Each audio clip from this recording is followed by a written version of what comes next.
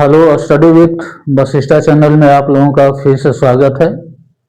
आज हम लोग फिर यूरोप में राष्ट्रवाद का सेकंड पार्ट पढ़ेंगे, नेपोलियन के बारे में। Napoleon Bonaparte.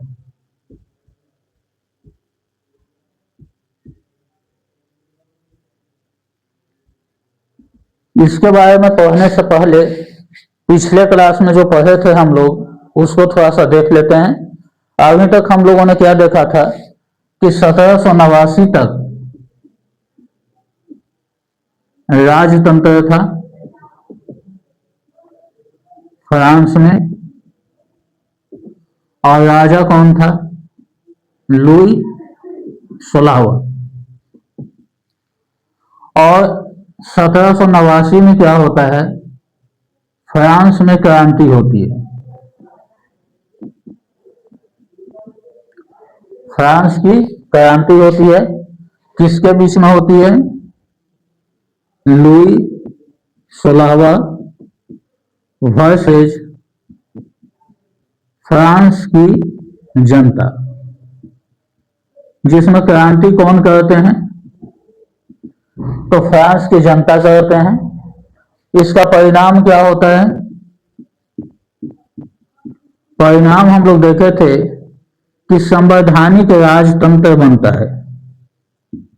संवैधानिक राजतंत्र बनता है। लुई 16वां पुनः राजा बनते हैं।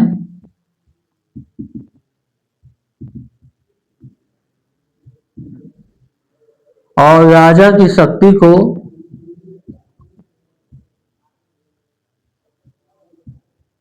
बांट दिया जाता है।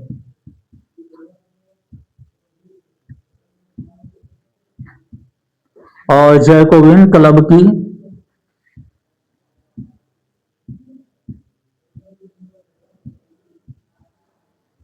स्थापना होती है। यहां तक हम लोग देख चुके थे। इसका परिचय भी हम लोग देख चुके थे। राष्ट्रवाद का उदय फ्रांस में कैसे हुआ? फ्रेडरिक सोवियो अपना एक सपना देखा था। लोगों में राष्ट्रीयता की भावना को लाने के लिए उन लोगों ने कुछ शो प्लानिंग किया था, उससे लोगों को अवगत करा रहे थे। और स्थितियां ऐसी बनी थी कि फ्रांस में 1789 में एक क्रांति हो जाती है। और क्रांति का परिणाम क्या होता है?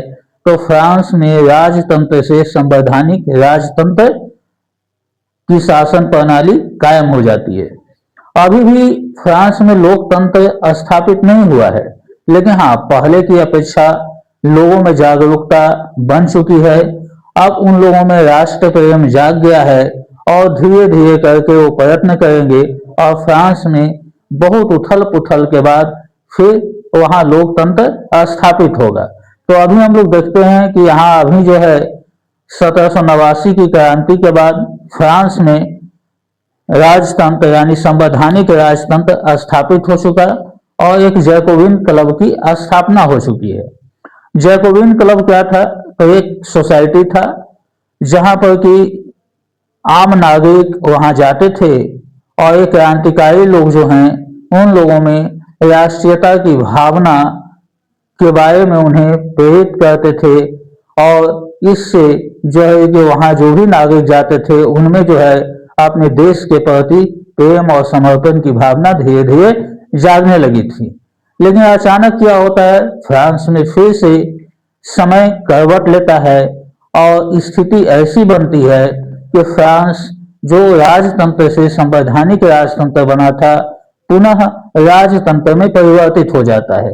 तो आज के क्लास में हम लोग यही पढ़ेंगे कि फ्रांस में पुनः संवैधानिक राजतंत्र से राजतंत्र कैसे स्थापित हुआ। तो 1799 में क्या होता है? ये नेपोलियन, एक व्यक्ति रहता है नेपोलियन, ये 1799 में राजनीतिक शक्ति प्राप्त करता है। राजनीतिक शक्ति प्राप्त करता है। क्योंकि फ्रांस ने देखा कि राजा की शक्ति जो है वो डिवाइड हो चुकी है, अब उसकी शक्तियां कम हो गई हैं।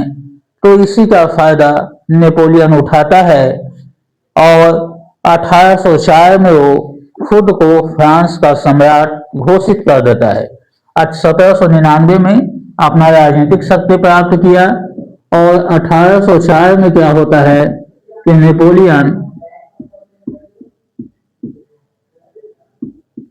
खुद को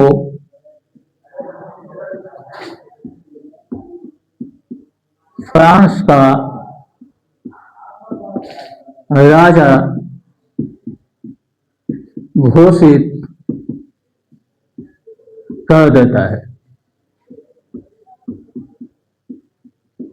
यानी कि अपनी शक्ति को प्राप्त करने के बाद फ्रांस में जो संवैधानिक राजतंत्र था और फ्रांस के राजा जो थे उनको उनकी सत्ता से हटाकर नेपोलियन उनकी सत्ता पर आसीन हो जाता है और 1804 में खुद को वह फ्रांस का सम्राट घोषित कर देता है और 1804 से फ्रांस में नेपोलियन का शासनकाल शुरू हो जाता है। यानी हम कह सकते हैं कि जो 1789 में जो फ्रांस की क्रांति के बाद जो परिवर्तन हुआ था, पुनः फ्रांस उसी दौर में चला जाता है जिस दौर से उसने शुरुआत की थी। यानी 1789 तक जो राजतंत्र था, 1804 में फ्रांस में पुनः राजतंत्र स्थापित हो जाता है। लेकिन इस बार जब नेपोलियन जब राजा बनता है तो उसने फ्रांस के लिए कई सुधार के काम करते हैं, फ्रांस के नागरिकों के हित में काम करते हैं। तो सबसे पहले हम लोग ये देख लेते हैं कि नेपोलियन का शासनकाल फ्रांस में कब से कब तक रहा। तो 1804 में ये खुद को राजा घोषित किया और 1804 से लेकर 1815 तक फ्रांस में नेपोलियन का शासनकाल रहा। फ्रांस में नेपोलियन का शासनकाल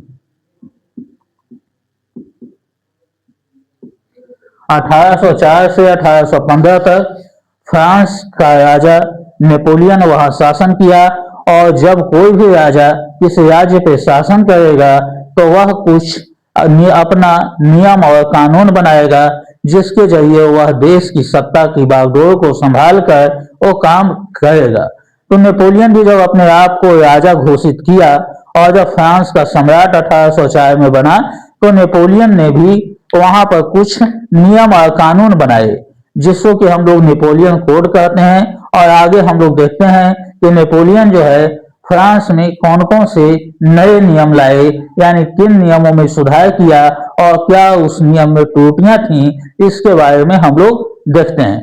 तो चलिए देख रहे हैं नेपोलियन कोड। नेपोलियन ने जो नियम बनाए शासक बनने के बाद, उस नियम को नेपोलियन कोड कहा जाता है। इसका नाम और भी है, नेपोलियन संहिता भी इसको कहते हैं। नेपोलियन संहिता या सिविल कोड भी कहते हैं। यानी कि नेपोलियन जो नियम बनाए थे उसके 3 नाम से जाना जाता है। पहला उसको हम लोग नेपोलियन कोड भी कहेंगे, दूसरा सिविल कोड भी कहते हैं और तीसरा नेपोलियन संहिता भी कहते हैं। तो हम देखते हैं कि क्या क्या नियम जो है कि उन्होंने बनाया नेपोलियन ने, जिससे कि आम जनता की स्थितियों में सुधार हुआ, उनको कुछ अधिकार मिले। तो उन नियमों के बारे में हम लोग चर्चा करते हैं। तो सबसे पहला नियम जो नेपोलियन बनाया था, ये बनाया था जन्म के आधार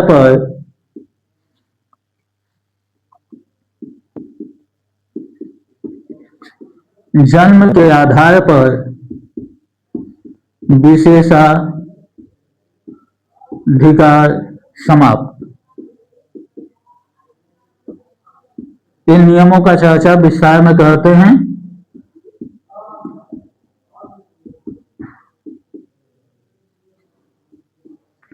देखिए, पहला नियम जो नेपोलियन बनाया था, इसने क्या किया कि जन्म के आधार पर जो विशेषाधिकार लोगों को मिला हुआ था पहले से, उस चीज को इसने समाप्त कर दिया।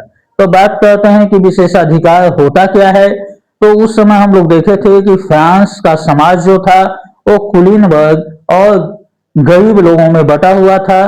कुलीन वर्ग में पादरी हो गए या जो बड़े लोग हैं जिनके पास ज्यादा पैसा है, उन लोगों को जन्म से समाज में ज्यादा अधिकार थे, उन्हें सुख सुविधाएं अधिक प्राप्त थीं, उन्हें राज्य का कर देना नहीं पड़ता था। तो नेपोलियन जब अपने आप को सम्राट घोषित करता है तो फ्रांस की स्थिति में सुधार लाने के लिए इस विशेषाधिकार को समाप्त कर देता है।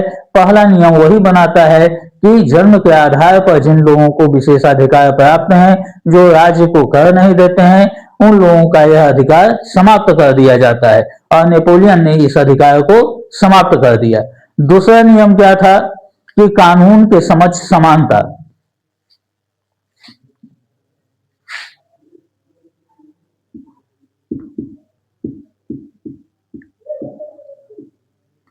कानून के समक्ष समानता।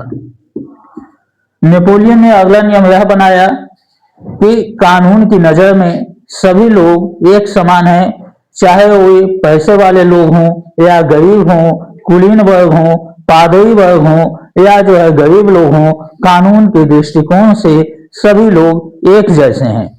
अब अगला अधिकार इसने क्या दिया, लोगों को, गरीब लोगों को फायदे के लिए संपत्ति का अधिकार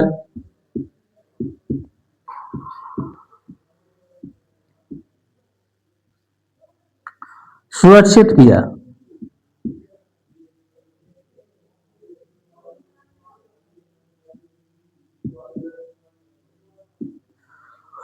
पहले क्या था कि बड़े लोगों को ही संपत्ति पर अधिकार था, ज्यादातर संपत्तियां कुलीन और पादरी वर्ग के लोगों को हुआ करती थी और गरीब लोगों के पास संपत्ति नहीं हुआ करती थी, वो निर्धन होते थे। इस कारण उन्हें अमीर लोगों के यहाँ काम करना पड़ता था, मेहनत और मजदूरी करनी पड़ती थी और उनका शोषण होता था। तो नेपोलियन ने फ्रांस में जो गरीब तबके के लोग थे, उनकी स्थिति को सुधारने के लिए संपत्ति के अधिकार को सुरक्षित कर दिया कि अब संपत्ति जो है हर किसी का उससे बराबरी का हक है। ऐसा नहीं है कि इस पे समाज के कुछ वर्ग के लोग इस पे कब्जा करके रखेंगे और गरीबों को संपत्ति रखने का कोई अधिकार नहीं होगा। तो इस चीज में नेपोलियन ने काफी सुधार किया। अब अगला काम ये क्या किया कि यातायात और संचार का विकास। यातायात और संचार की सुविधा का विकास। अब देखिए, कोई भी राज्य या कोई भी देश तभी तरक्की करेगा जब वहां कनेक्टिविटी हो, यानी एक देश का दूसरे देश के साथ कनेक्शन हो। और ये कनेक्शन मुख्यतः अगर राज्य को फायदा देने की बात करते हैं तो वह व्यापार और व्यवसाय से होती है, यानी कि ट्रेड जितना ज्यादा उस राज्य का दूसरे राज्यों के साथ होगा, उसका व्यवसाय उतना फले फूलेगा और जो है उस राज्य का इनकम उतना ही ज्यादा होगा। तो ट्रेड को बढ़ावा देने के लिए जरूरी यह है कि जो भी उत्पादन राज्य में हो रहा है उसको जो है अलग अलग राज्यों तक कैसे पहुंचाया जाए।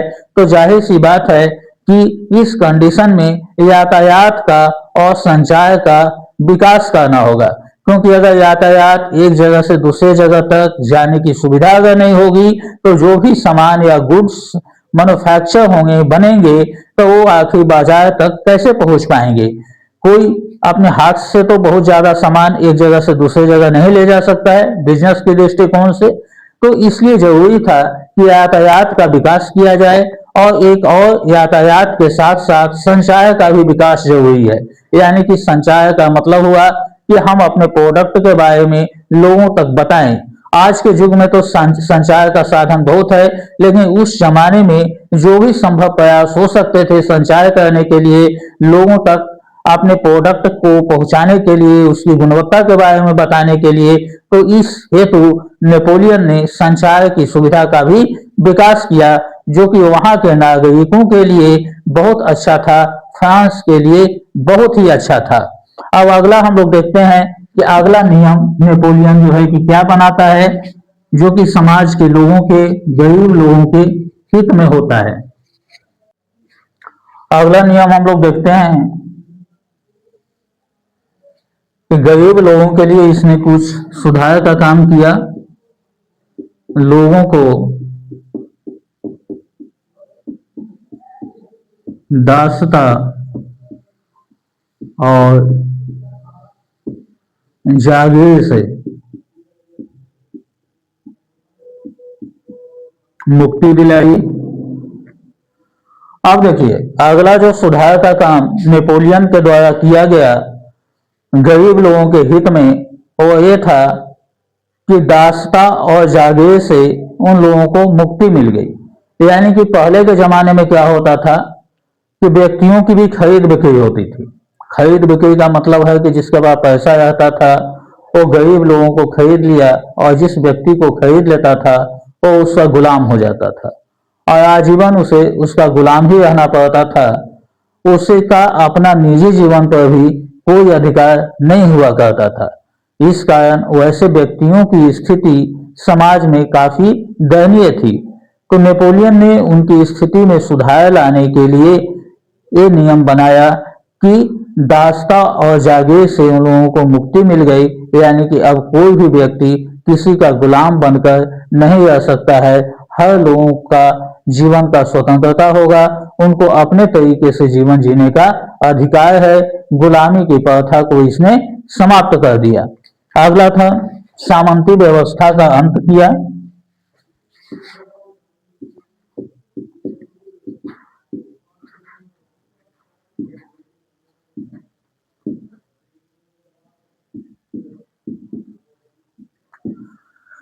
सामंती व्यवस्था क्या होता है कि पहले जिनके पास जमीन नहीं होती थी गरीब लोगों के पास, तो समाज के वैसे अमीर लोग जिनके पास ज्यादा जमीन थी, तो वे अमीर लोग खुद जो है अपनी जमीनों में काम नहीं करते थे, वो गरीब लोगों को से जमीन पर काम करवाते थे अपनी जमीनों पर। तो जो है कि गरीब तबके के लोग उनके यहाँ मेहनत और मजदूरी करते थे उनकी खेतों में। तो इस व्यवस्था को नेपोलियन ने क्या कर दिया, ये जो है कि समाप्त कर दिया। यानी कि अब जो है चूंकि पहले ही नियम बना दिया कि संपत्ति का अधिकार सब लोगों के लिए है, सभी लोगों को संपत्ति पर अधिकार मिलेगा, संपत्ति किसी एक की चीज नहीं है। तो ये सुधार लाने के बाद निश्चित था कि अब लोगों को क्या हुआ कि अब लोगों को सामंती व्यवस्था के अंदर रहने की आवश्यकता नहीं पड़ी कि वो भी एक गुलामी की जिंदगी जीकर दूसरे के खेतों में, दूसरे के जमीनों में वो भी जो है कि काम कर पाए। और अगला जो सुधार का काम नेपोलियन ने किया, ये क्या किया, माप और तौल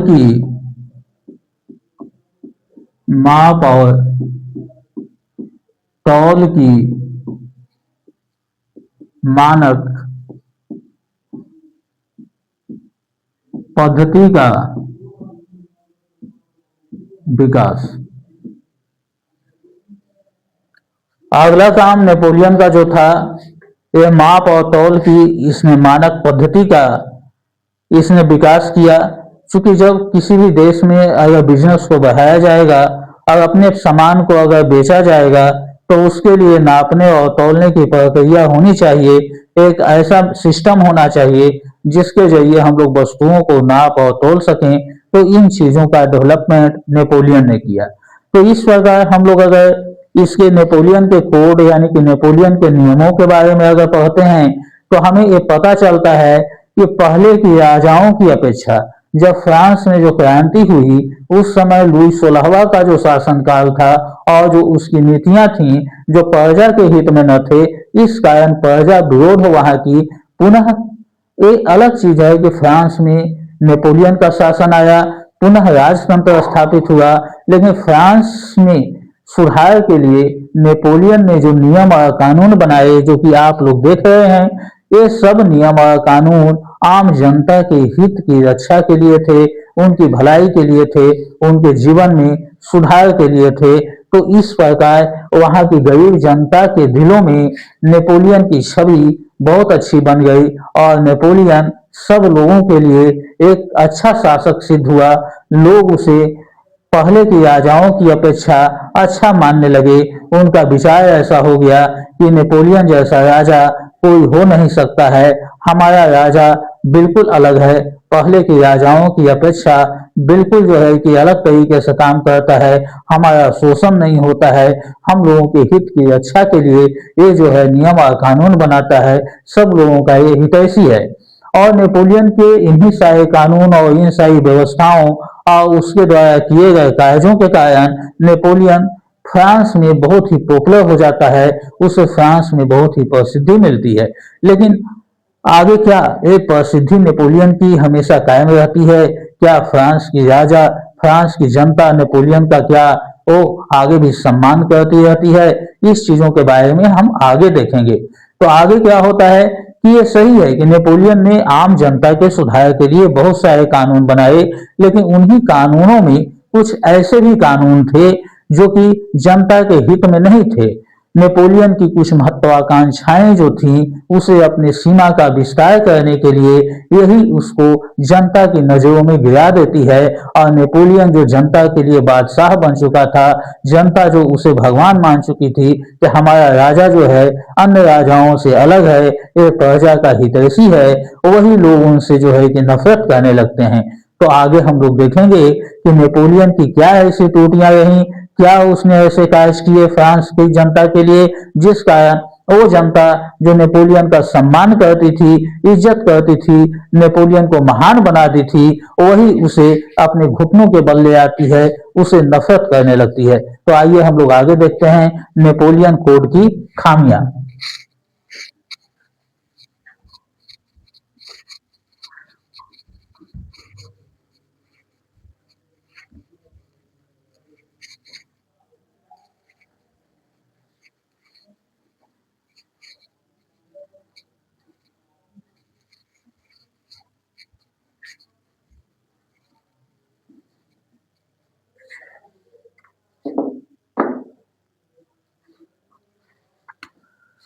अब देखेंगे नेपोलियन कोड की खामियां।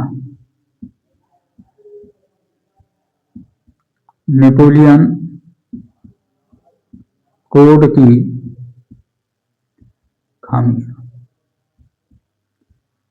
अब हम लोग ये देखेंगे कि नेपोलियन ने कौन से ऐसे नियम बनाए, कौन से ऐसे कार्य किए जिसके कारण जनता उससे नफरत करने लगी। तो नेपोलियन ने एक नियम बनाया, लोगों पर टैक्स ज्यादा लगा दिया, सभी लोगों पर नहीं लेकिन कुछ लोगों पर टैक्स इसने ज्यादा लगा दिया।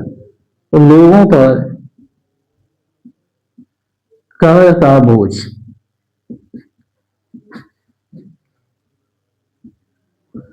कुछ लोगों पर नेपोलियन जो है कर का बहुत अधिक बोझ लाद देता है, टैक्स को बहुत ज्यादा बढ़ा देता है। हाँ, उसने सुधार के लिए भी बहुत काम किए, लेकिन वह अपनी महत्वाकांक्षाओं को पूरा करने के लिए, अब हम सोचेंगे कि नेपोलियन की महत्वाकांक्षा क्या थी। तो नेपोलियन की महत्वाकांक्षा जो थी वो पड़ोसी राज्यों को अपने राज्य में मिलाने का था, यानी कि वो आसपास के राज्यों पर में क्षेत्र विस्तार करना चाहता था। और इसके लिए जरूरी थी कि उसे सेना में अधिक से अधिक लोगों की भर्ती करनी थी और युद्ध करना था। युद्ध और लोगों की आवश्यकताएं, ये दो चीजों की जरूरतों को पूरा करने के लिए नेपोलियन ने लोगों पर टैक्स ज्यादा बढ़ा दिया, क्योंकि युद्ध की महत्वाकांक्षा जो होती है और युद्ध लड़ने की जिसकी मंशा होगी, तो युद्ध लड़ने के लिए हथियार चाहिए और हथियार को खरीदने के लिए पैसों की आवश्यकता है। तो राजा के पास पैसा कहाँ से आएगा? तो टैक्स से ही आएगा। इस कारण नेपोलियन ने लोगों पर क्या किया? टैक्स बढ़ा दिया। अब अपनी दूसरी इसकी जरूरत क्या थी? तो आम जनता की जरूरत थी युद्ध लड़ने के लिए। तो सेना में इसने क्या किया?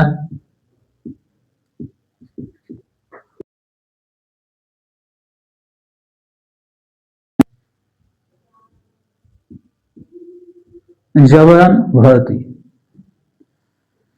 इस सेना में जितने भी वहां के नागरिक थे, युवा लोग, क्योंकि युद्ध तो युवा लोग ही लड़ेंगे, तो उन्हें सेना में जबरदस्ती नेपोलियन भर्ती करना शुरू कर दिया, क्योंकि सीमा विस्तार के लिए यह युद्ध वो करना चाहता था।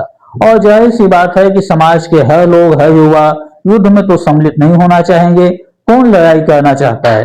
लेकिन नेपोलियन अपनी महत्वाकांक्षा को पूरा करने के लिए उस समाज के सभी युवा वर्ग के लोगों को जबरदस्ती सेना में भर्ती करना शुरू कर दिया। अगला इसका जो कानून समाज के हित में नहीं था वह क्या था, महिलाओं को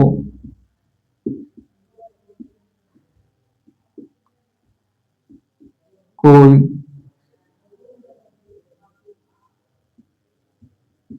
अधिकार नहीं। नेपोलियन ने जहां आम जनता की भलाई के लिए बहुत सारे काम किए, वहीं पर इन्होंने महिलाओं का ध्यान नहीं रखा। नेपोलियन ने महिलाओं के सुधार के लिए कोई भी कानून नहीं बनाए। महिलाओं की स्थिति पहले की जैसी ही बनी रही, उन्हें कोई भी अधिकार नहीं मिला। इसलिए जितनी भी महिलाएं थीं वो नेपोलियन से नाखुश थी। उनका जीवन स्तर में पहले की अपेक्षा कोई सुधार नहीं हुआ था। तो ये नेपोलियन कोड की खामियां थी। अब अगला और सबसे बड़ा खामी इसका जो था वह क्या था, राज्य की सीमा का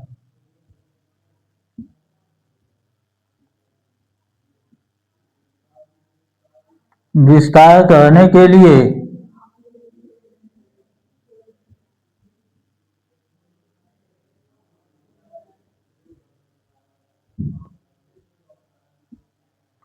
निरंतर युद्ध। अगला जो इसकी खामियां थी जिससे कारण यह लोगों की नजरों में गिर गया और फ्रांस की सत्ता इसके हाथ से चली जाती है, वह इसकी नीति अपनी सीमा का विस्तार करने की थी। वह अपने फ्रांस की सीमाओं को विस्तार करना चाहता था। अन्य पड़ोसी राज्यों जर्मनी, न्यूजीलैंड और भी जो पड़ोसी राज्य थे, इन सारे राज्यों पर यह अधिकार करना चाहता था और इसी महत्वाकांक्षा को पूरा करने के लिए ये सारे काम इसने किया। लोगों पर टैक्स भी बांधा और जबरन लोगों को सेना में भर्ती भी किया। और नेपोलियन जो है निरंतर युद्ध लड़ते गया और पड़ोसी राज्यों को अपनी सीमाओं में मिलाते गया। फ्रांस की राज्य की सीमा बढ़ती चली गई, लेकिन यह जो था नेपोलियन का दुर्भाग्य था और यही महत्वाकांक्षा उसको अपनी सत्ता से पदच्युत कर देती है। वह लोगों की नजरों में भी गिर जाता है और वह जो है फ्रांस का सम्राट जो था, तो फ्रांस की गद्दी से वो हटकर सीधे अब वो जो है जो कि क्या होता है, युद्ध में पराजित होगा और पराजित होने के बाद उसे जो है सेंट हेलेना में भेज दिया जाएगा। तो अब आगे हम लोग देखेंगे, क्या देखेंगे कि अभी तक हम लोग तो देखे कि नेपोलियन जो था वो किस प्रकार जो है कि युद्ध करके अपनी सीमा को जो है कि वो बढ़ाता जा रहा था। अब आगे हम लोग देखेंगे कि यह नेपोलियन की महत्वाकांक्षा ने फ्रांस की रूपरेखा को किस प्रकार बदल दिया। तो उससे पहले हम लोग अब ये देखते हैं, यहाँ तो एक चीज जान गए कि युद्ध की नीति इसको जो थी सीमा विस्तार की, यह यूरोप में थी और चूंकि यूरोप में ही और सभी राज्य की सीमाएं आती थी जिसको कि वह मिलाना चाहता था। तो हम नेपोलियन के पतन के पहले हम लोग ये जानना चाहेंगे कि यूरोप का समाज यानी पूरे यूरोप, अभी तक हम तो फ्रांस के बारे में देखे, अब थोड़ा सा यूरोप के बारे में देखते हैं कि यूरोप का समाज उस समय कैसा था। यूरोप में राष्ट्रवाद का निर्माण किस प्रकार हो रहा था।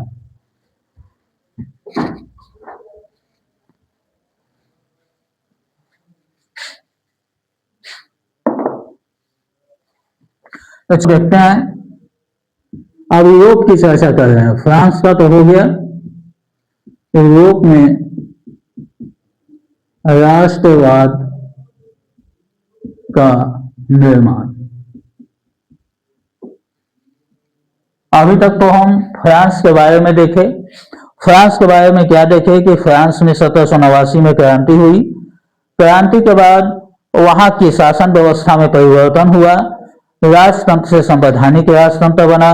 फिर नेपोलियन शक्ति प्राप्त की और नेपोलियन अपने आप को राजा घोषित किया और राजा घोषित करने के बाद वहां की जनता की स्थिति में सुधार के लिए कई कार्य भी किए, लेकिन उसके नियम और कानून में कुछ ऐसी खामियां भी रहीं जिसके कारण फ्रांस पतन की ओर चला जाता है। तो अभी तक जो हमने देखा वो फ्रांस के बारे में देखा। अब हम लोग जो है कि यूरोप के बारे में देखते हैं, क्योंकि यूरोप तो फ्रांस का एक छोटा सा शहर था। अब हम लोग देखते हैं यूरोप में राष्ट्रवाद का निर्माण किस प्रकार हो रहा था। तो देखिए, सबसे पहले हम लोग देखते हैं यूरोप में राष्ट्रवाद का निर्माण कैसे हुआ। तो इसके बारे में ये जानना है कि यूरोप का समाज जो था वहाँ किस तरह के लोग रहते थे। तो यूरोप में दो तरह के लोग रहते थे, एक पुराने वर्ग के लोग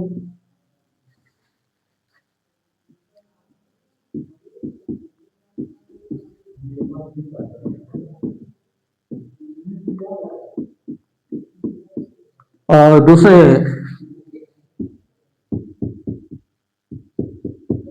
नए वर्ग के लोग। अब देखिए, पुराने वर्ग का लोग कहने का मतलब है ओल्ड जनरेशन। जैसे हम लोग बोलते हैं दादा हो गए, दादी हो गए, परदादा हो गए, तो ये सब जो है जो कि ओल्ड जनरेशन के हो गए। और नए नए यंग एज के जो बच्चे हैं उसको हम लोग क्या बोलेंगे, उसको हम लोग नए वर्ग के लोग बोलते हैं, यानी कि न्यू जनरेशन के हैं। तो जाहिर सी बात है कि दोनों की सोच में, दोनों की विचारधाराओं में काफी अंतर होगा, क्योंकि जिस समय जो है दादाजी दादी जी का या परदादा का जन्म आपका हुआ होगा और जिस समय आपका जन्म हुआ, तो उस समय का उस जिस समय दादा दादी जी का जन्म हुआ और जिस समाज में वो पले और आज के जनरेशन में जो बच्चे जन्म लिए, तो जिस परिवेश में आज पल रहे हैं, दोनों में बहुत ही क्या है, अंतर है। बहुत सारी तकनीकी परिवर्तन हो चुका, बहुत सारी चीजों में बदलाव हो चुका। इस कारण सोचों में भी भिन्नताएं पाई जाती हैं। तो यहाँ देखिए, पुराने वर्ग के लोग जो थे ये क्या चाहते थे, ये लोग राजशाही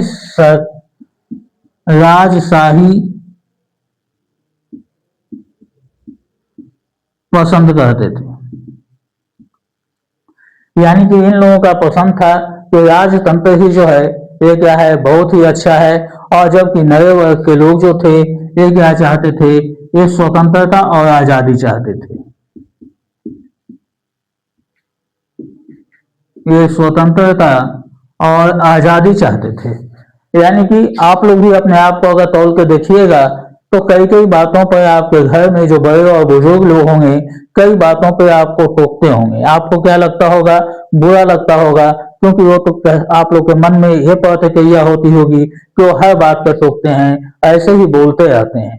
तो वो लोग, चूंकि उनकी सोच पुरानी विचारधाराओं की है और आप लोगों की क्या है, आप लोगों को स्वतंत्रता आजादी चाहिए, तो यही बात उस समय यूरोप के समाज में था।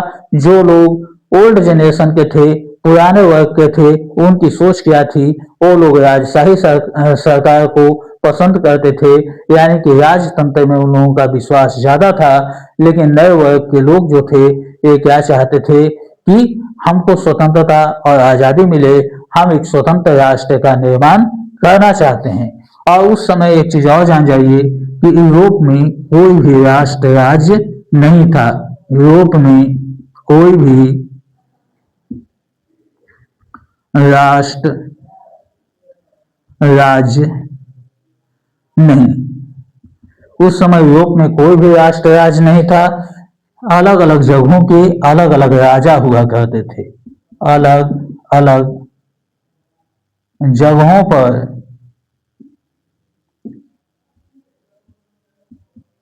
अलग अलग राजा राज्य करते थे। चूंकि उस समय जो है कि राजशाही शासन में तो यही होगा कि कोई भी जो है कि एक बड़ी सीमा राज्य की नहीं होगी, छोटे छोटे टुकड़ों में सारे बटे होंगे और अलग अलग क्षेत्र पे अलग अलग राजा जो है वो क्या करेंगे, राज्य करेंगे। तो अब हम लोग देखेंगे कि यूरोप का समाज जो था वो कैसा था, इसके बारे में अब हम लोग देख लेते हैं। ये तो लोग थे कि लोग कितने तरह के रहते थे, उनकी विचारधाराएं की क्या थी, इन चीजों के बारे में हम लोग देख लिए। अब हम लोग देखते हैं कि यूरोप का समाज जो है वो उस समय कैसा था।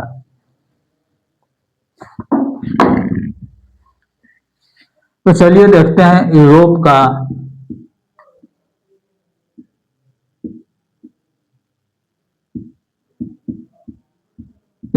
का समाज।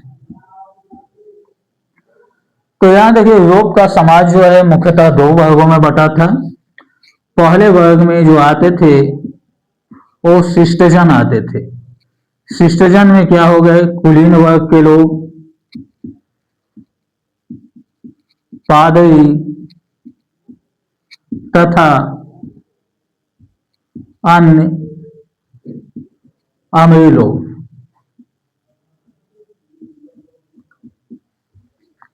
और दूसरे वर्ग में जो आते थे ये गरीब लोग आते थे। गरीब लोग, गरीब लोग यानी कह सकते हैं मेहनत मेहनत मजदूरी कर जीवन यापन करने वाले लोग। इसमें कौन कौन आ जाते थे? तो किसान हो गए, मजदूर हो गए, ये सारे लोग इसमें आते थे।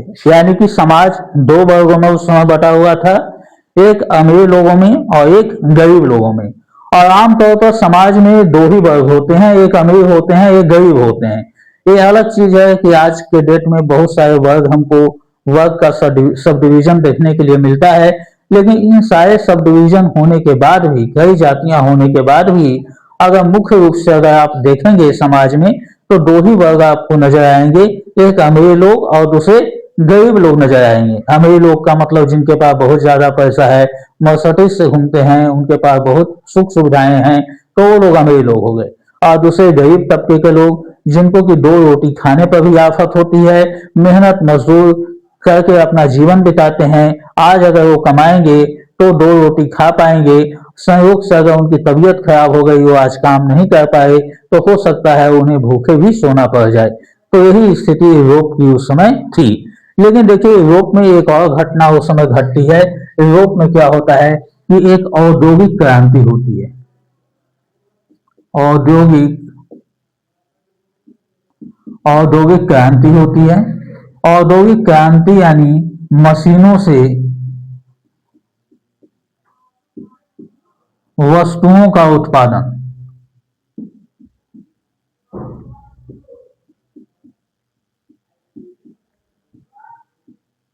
यानी कि यूरोप में अब क्या होता है इसी समय कि जो है कि वहां मशीनें लगनी शुरू होती हैं, फैक्ट्रियां लगनी शुरू होती हैं, और फैक्ट्री से वस्तुओं का उत्पादन शुरू हो जाता है। इससे पहले क्या था कि वहां हस्त निर्मित वस्तुओं का उपयोग होता था, लेकिन फैक्ट्रियां आने के बाद ज्यादातर जो है कि वस्तुएं मशीनों से उत्पादित होती थीं, और लोग उन्हें धीरे धीरे करके समाज में पसंद करने लगे। और जब किसी भी शहर में किसी भी जगह अगर मशीनें लगेंगी, तो जो व्यक्ति जो हैं गांव में छोटे मोटे काम कर रहे हैं, खेती बाड़ी कर रहे हैं, उनका जीवन यापन सही से नहीं चल रहा है, तो वो क्या करेंगे, वो फैक्ट्रियों में काम करने के लिए चले जाएंगे। उनमें से कुछ लोग जो है जो कि उनकी स्थितियों में सुधार होगा। तो औद्योगिक क्रांति के आने के बाद जो है यूरोप के समाज में एक नया वर्ग का उदय हुआ, और एक नया वर्ग जो था यह कौन था? मध्यम वर्ग। नए वर्ग का उदय। और ये नया वर्ग कौन उभर कर आया? तो ये मध्यम वर्ग के लोग आए। अब देखिए, मध्यम वर्ग का मतलब क्या होता है? Middle class. मिडिल क्लास का मतलब होता है कि न तो इनके पास बहुत ज्यादा पैसा है, और न ये जो है बहुत ज्यादा गरीब हैं। यानी कि न तो ऐश मौज की जिंदगी जीते हैं, और न ही इतने गरीब हैं कि इनको दो वक्त की रोटी खाने के लिए भी सोचना पड़ता हो। तो ऐसे लोगों को हम लोग मध्यम वर्ग के लोग कहते हैं। और मध्यम वर्ग में कौन आते थे? तो जितने भी पढ़े लिखे तबके के लोग थे, जैसे डॉक्टर हो गए, वकील हो गए। इसमें कौन कौन लोग आते थे? तो डॉक्टर हो गए, वकील हो गए, शिक्षक हो गए, तथा अन्य पढ़े लिखे लोग।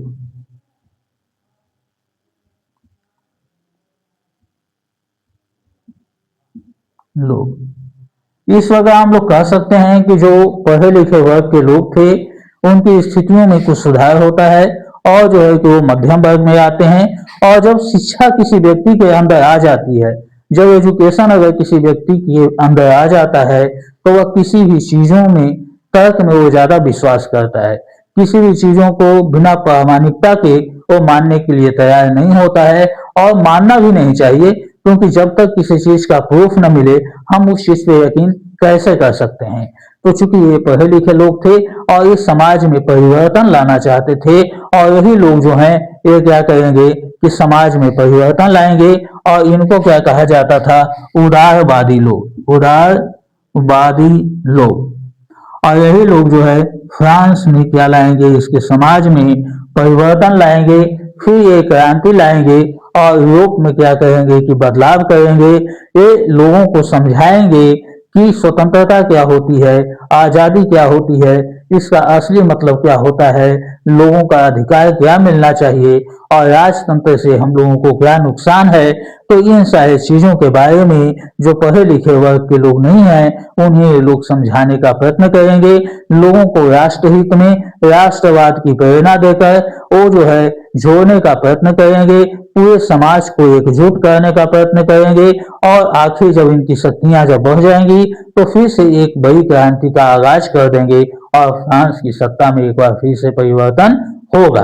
तो अब देखिए कि उदारवादी लोग वैसे लोग को जो कि स्वतंत्रता और आजादी चाहते थे उन लोगों को ये किस प्रकार प्रेरित किए, ये उन लोगों को किस प्रकार समझाना शुरू किए कि स्वतंत्रता क्या होती है, आजादी क्या होती है, हम कैसे राष्ट्र का निर्माण करेंगे, हमें किस प्रकार की स्वतंत्रता चाहिए, ये चीज को वो बताएंगे फ्रांस के समाज को। तो अब हम लोग देखेंगे कि उदारवादी लोग जो थे फ्रांस की जनता को किस प्रकार की स्वतंत्रता से ये अवगत कराए।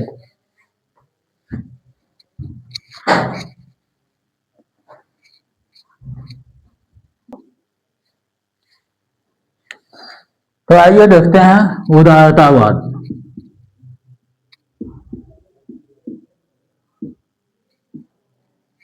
ये दो तरह की स्वतंत्रता के बारे में बताए, एक राजनीतिक और दूसरी आर्थिक। ये यूरोप के समाज में दो तरह की स्वतंत्रताओं के बारे में बताए कि हम लोगों को किस तरह की स्वतंत्रता चाहिए। तो पहली तो राजनीतिक होनी चाहिए और दूसरी क्या होनी चाहिए, आर्थिक स्वतंत्रता मिलनी चाहिए।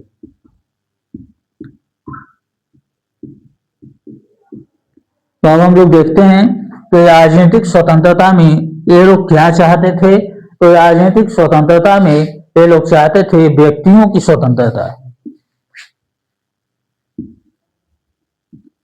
व्यक्तियों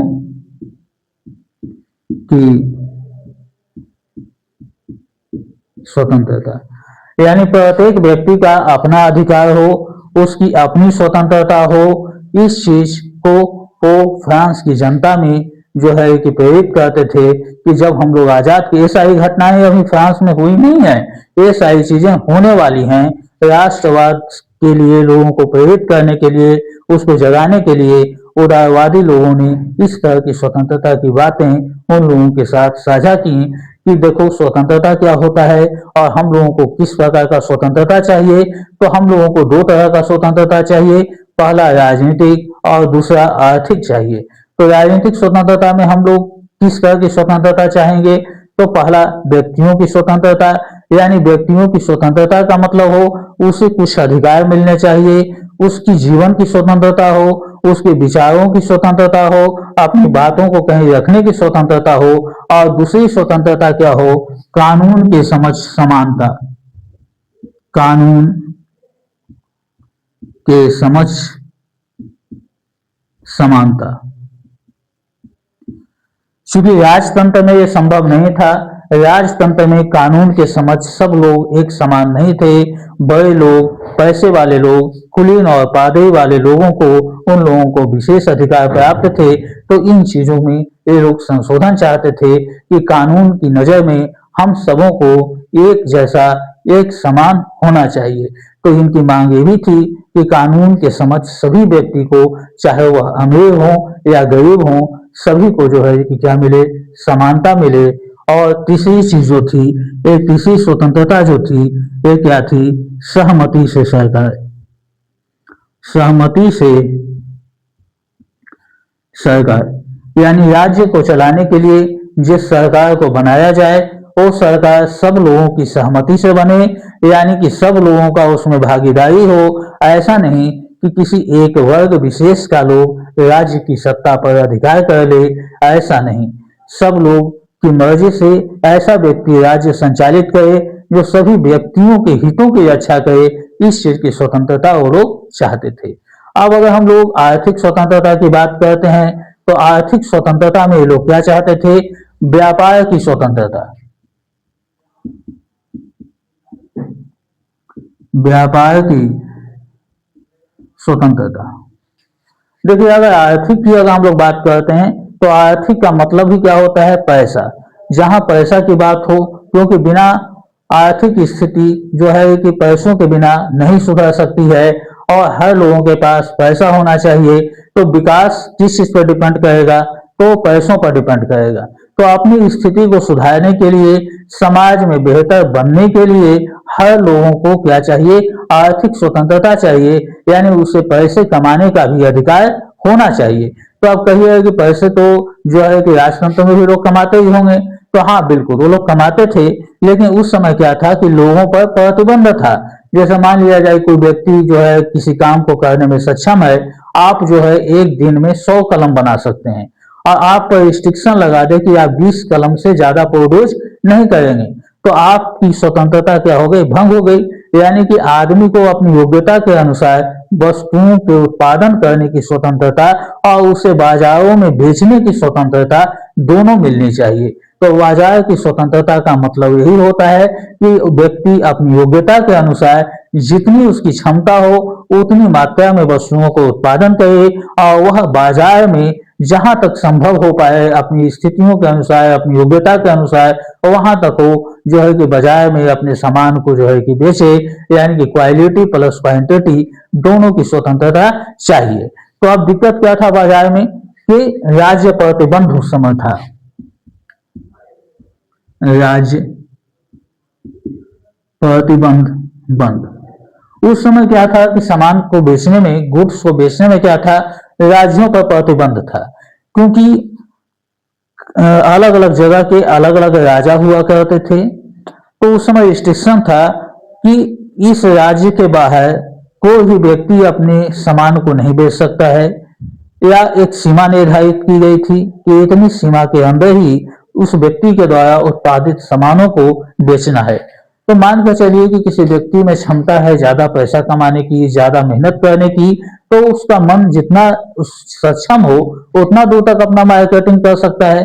तो इस कारण ये लोग ये भी चाहते थे कि जो हम लोगों के पास रिस्ट्रिक्शन लगा हुआ है ये समाप्त होना चाहिए, और हम लोगों को ऐसा स्वतंत्रता मिलना चाहिए कि हम अपने सामर्थ्य के अनुसार, अपनी योग्यता के अनुसार सामानों को उत्पादन करें, और प्रतिबंध जब समाप्त होगा तो हम में जितना क्षमता रहेगा उतने दूर तक हम बाजारों में जाकर अपने सामान को क्या कर सकते हैं? बेच सकते हैं। तो ये प्रतिबंध को ये लोग बंद कराना चाहते थे, और एक क्या चाहते थे कि एक सीमा शुल्क संघ बने, जो कि बना भी। सीमा शुल्क संघ बताते हैं ये क्या होता है? सीमा शुल्क संघ, सीमा शुल्क संघ यानी कि टोल टैक्स आप लोग इसको कह सकते हैं। इसको क्या बोला जाता था? जॉल हेराइन बोला जाता था। ये क्या था? एक टैक्स लगता था। जैसा मान लिया जाए कि आप कस्टम टैक्स हम लोग बोलते हैं कि एक राज्य से या एक देश से अगर दूसरे देश में आप सामान को बेचिएगा तो कुछ उसमें क्या लगता है? टैरिफ लगता है, कुछ टैक्स लगता है। तो उस समय छोटे छोटे जगहों पर अलग अलग राजा राज्य करते थे। तो अगर कोई व्यापारी एक राज्य से दूसरे जगह व्यापार करने के लिए जाता था तो उसे ज्यादा से ज्यादा कर देना पड़ता था।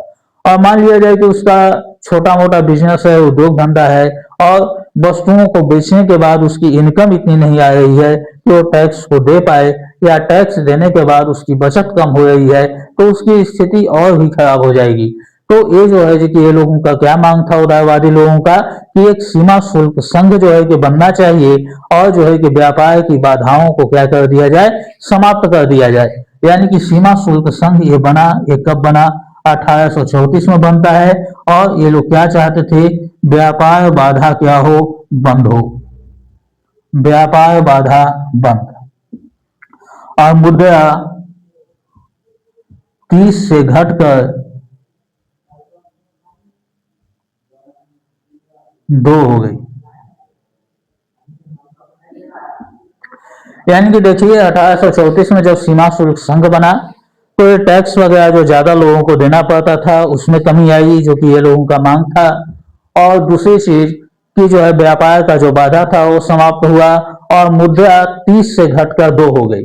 अब 30 से घटकर 2 होने का क्या वजह है कि जैसे मान लेते हैं कि आप एक देश से दूसरे देश में अगर जाते हैं, भारत से अगर आप अमेरिका चले जाइए जर्मनी चले जाइए, ब्रिटेन चले जाइए, नेपाल चले जाइए, तो अलग अलग देशों में अलग अलग मुद्राएं चलती हैं। हमारे भारत का रुपया अमेरिका में नहीं चलेगा, फ्रांस में नहीं चलेगा, नेपाल में नहीं चलेगा। और अगर हम ट्रेड करेंगे, बिजनेस करेंगे, तो हमारे मुद्रा को क्या करना होगा, बार बार इसको बदलना होगा। तो उस समय क्या था यूरोप में कि लोग अगर अपनी सीमा से बाहर अगर व्यवसाय करना चाहते थे, अपने प्रोडक्ट को अगर वो बेचना चाहते थे, तो उनको जो है 30 जगह पर करेंसी चेंज करना होता था, पैसों को बदलना होता था। तो जब 30 जगह पर पैसों को बदलना होगा, तो व्यापार करने में कितनी कठिनाइयां होंगी, इस चीज का अंदाजा आप लोग लगा सकते हैं। तो ये लोग ये चाहते थे कि हम लोगों को ये स्वतंत्रता मिले, कि जो ये प्रॉब्लम हम लोगों के साथ है कि ये 30 जगह पर मुद्रा चेंज करने का है, इसको कम कर दिया जाए। और अंतिम में 1834 ईस्वी में जब सीमा शुल्क संघ बनता है, तो ये मुद्रा घटकर 30 से घटकर 2 हो जाती है। चलिए इसको आप लोग लिख लीजिए, इस बार आगे बढ़ते हैं।